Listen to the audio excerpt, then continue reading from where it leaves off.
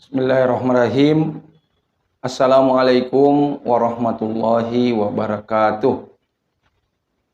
Alhamdulillahirabbil alamin wal aqibatu lil muttaqin wala udwana illa 'alal zalimin. Asyhadu an la ilaha illallah wahdahu la syarikalah wa asyhadu anna Muhammadan abduhu wa rasuluh la nabiyya ba'dah wa ba'd.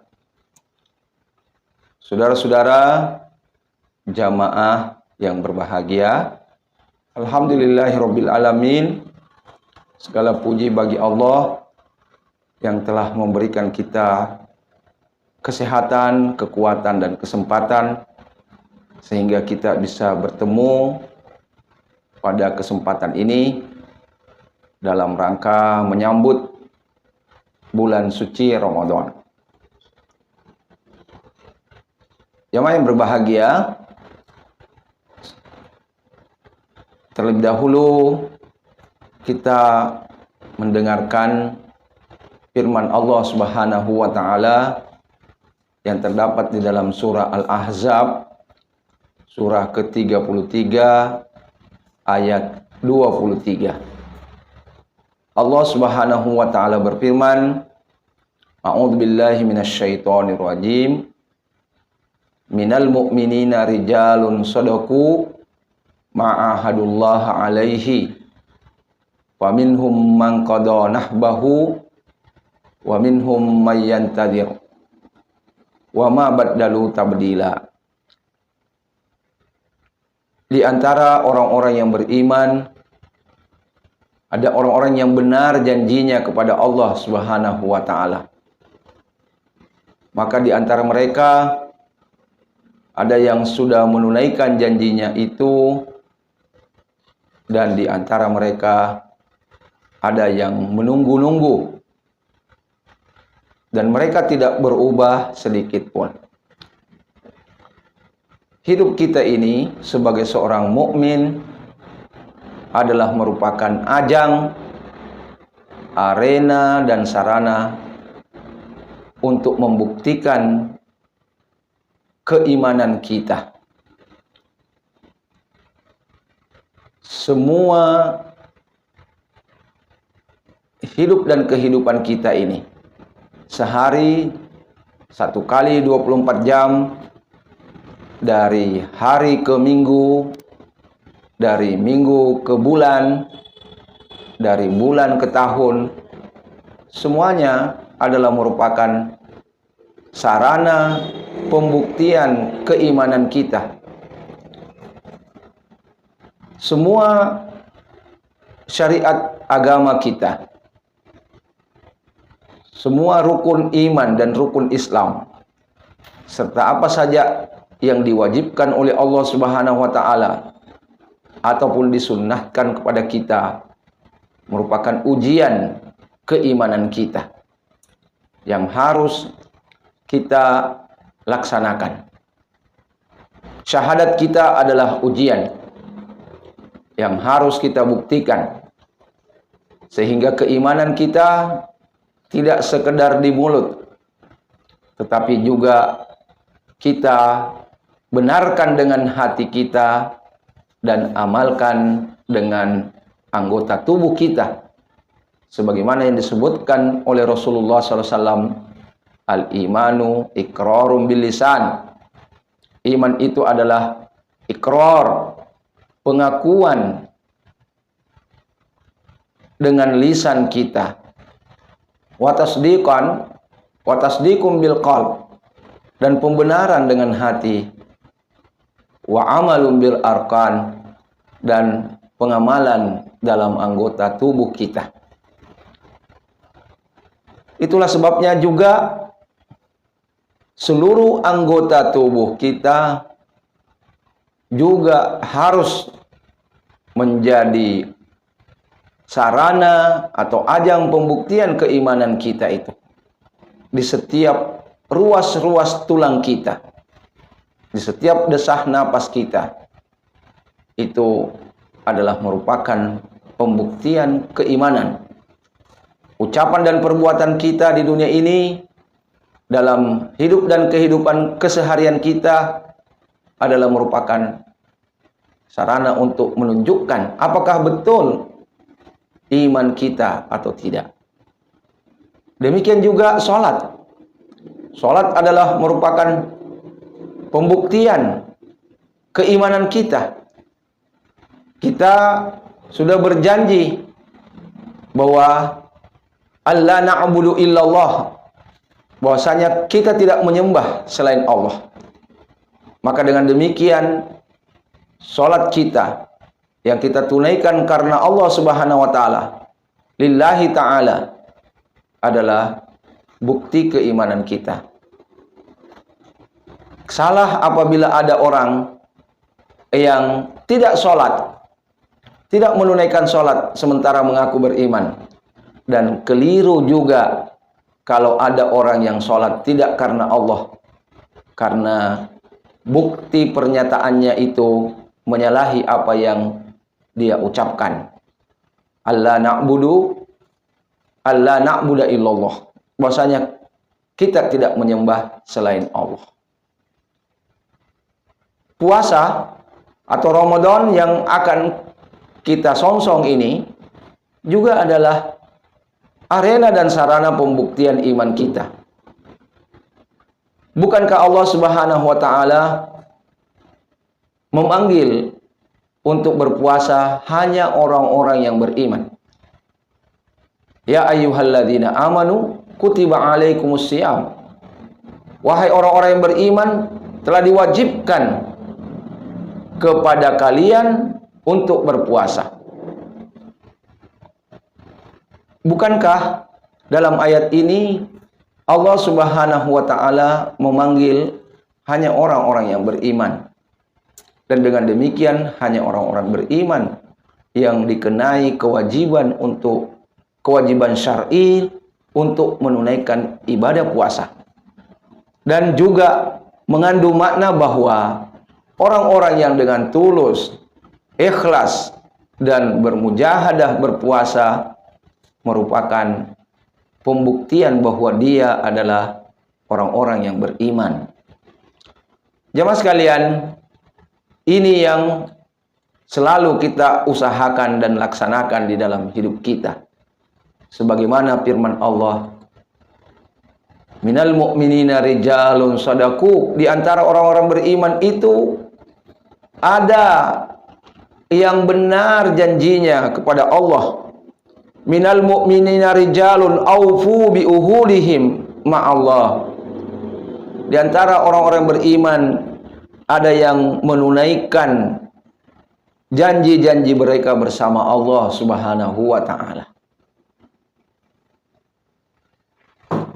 Faminhum man qada nahbahu. Di antara mereka ada yang sudah menunaikan janjinya itu. Orang-orang terdahulu kita, kaum salaf, ulama-ulama kita terdahulu, saudara-saudara kita beriman yang telah meninggal dunia, mudah-mudahan tergolong dari ayat ini. Mereka telah menunaikan janjinya kepada Allah Subhanahu wa taala. Mereka telah membuktikan kebenaran janjinya kepada Allah Subhanahu wa taala. Dan kita yang masih diberi umur panjang oleh Allah hingga hari ini dan mudah-mudahan besok sampai kita selesai menunaikan ibadah puasa, Allah memberikan umur panjang bagi kita, juga menjadikan Ramadan tahun ini untuk lebih membuktikan kebenaran janji kita kepada Allah Subhanahu wa taala. Sebelum kita lebih jauh, kita ingin mengisahkan sebuah kisah yang terjadi di zaman Rasulullah Sallallahu Alaihi Wasallam. Bahwasanya dulu ketika Rasulullah Sallallahu Alaihi Wasallam sudah menetap di Madinah, datanglah dua orang pemuda yang tidak dikenal dari mana asalnya. Dia dari jauh, dari kampung halaman yang cukup jauh dari Madinah. Setibanya di Madinah, mereka datang kepada Rasulullah SAW untuk menyatakan keislamannya. Lalu mereka mengucapkan dua kalimat syahadat di hadapan Nabi SAW. Setelah keislaman kedua anak muda ini, kemudian mereka menetap di rumah seorang sahabat, ya, Tolha bin Ubaidillah. Ya, kalau tidak salah, tidak keliru, Tolha bin Ubaidillah, seorang pemuka Ansor yang kemudian menampung kedua anak muda ini. Dalam kehidupan kesehariannya, Tolha sebagai bapak asuh mereka menyaksikan ada dua sisi yang berbeda pada kedua anak muda ini. Ada si A, anak muda yang pertama tadi memiliki ketekunan, kerajinan, mujahadah, beribadah kepada Allah Subhanahu wa taala. Kemauan untuk beribadah dan beramal soleh jauh lebih menonjol daripada temannya si B.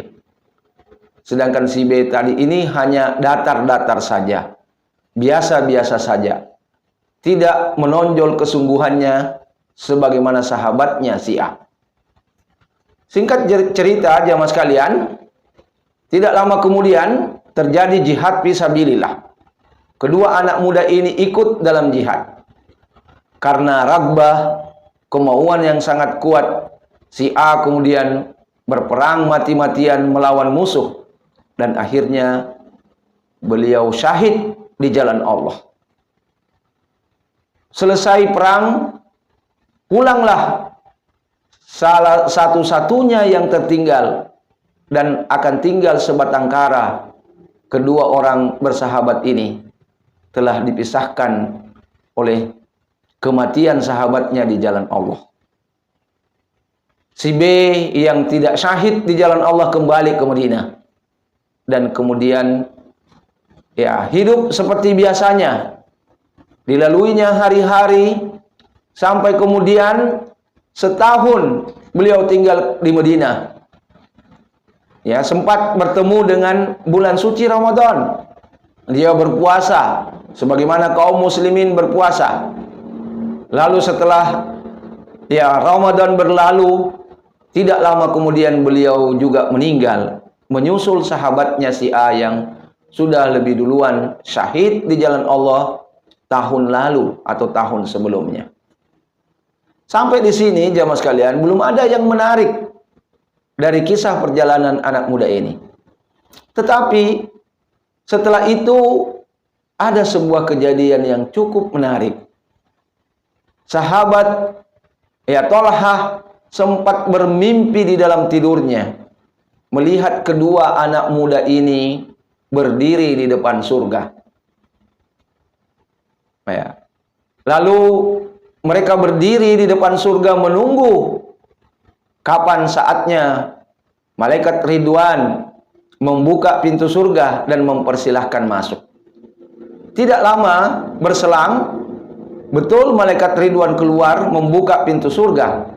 Tetapi rupanya dia cuma memegang dan menggandeng tangan salah satu dari anak muda ini dan dibawa ke dalam surga tidak bersamaan. Yang duluan dibawa masuk adalah si B yang datar-datar saja, yang biasa-biasa saja ketimbang sahabatnya si A. Lalu setelah diantar masuk ke dalam surga, menempati tempatnya di surga, keluar lagi malaikat Ridwan dan membawa anak muda tadi, yang satunya lagi si A, yang lebih duluan meninggal, dibawa masuk ke dalam surga. Ada pertanyaan yang muncul di dalam hati sahabat Tolha. Kenapa bisa demikian?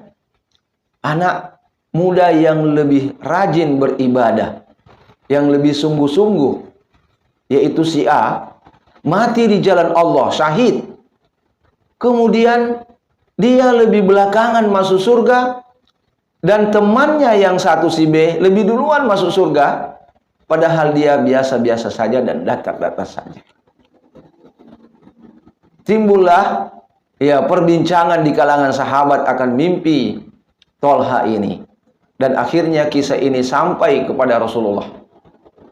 Rasulullah Shallallahu Alaihi Wasallam kemudian bertanya kepada para sahabat, apa yang aneh dari kisah ini? Apa yang membuat kalian heran dari kejadian ini? Bukankah si B itu masih dikaruniakan oleh Allah umur yang panjang setahun daripada sahabatnya, dan pada waktu itu dia masih sempat berpuasa, menjalankan ibadah Ramadan, lalu kemudian meninggal, menyusul temannya. Inilah jawaban Rasulullah SAW. Apa gerangan yang menyebabkan sahabat si B tadi lebih duluan masuk surga? Karena dia masih diberi keutamaan dan karunia oleh Allah untuk mendapati Ramadan tahun berikutnya, sedangkan sahabatnya sudah tidak sempat berRamadan. Dengan demikian, jamaah sekalian, ini pelajaran bagi kita bahwa bertemu dan mendapatkan bulan suci Ramadan adalah sebuah karunia yang sangat besar.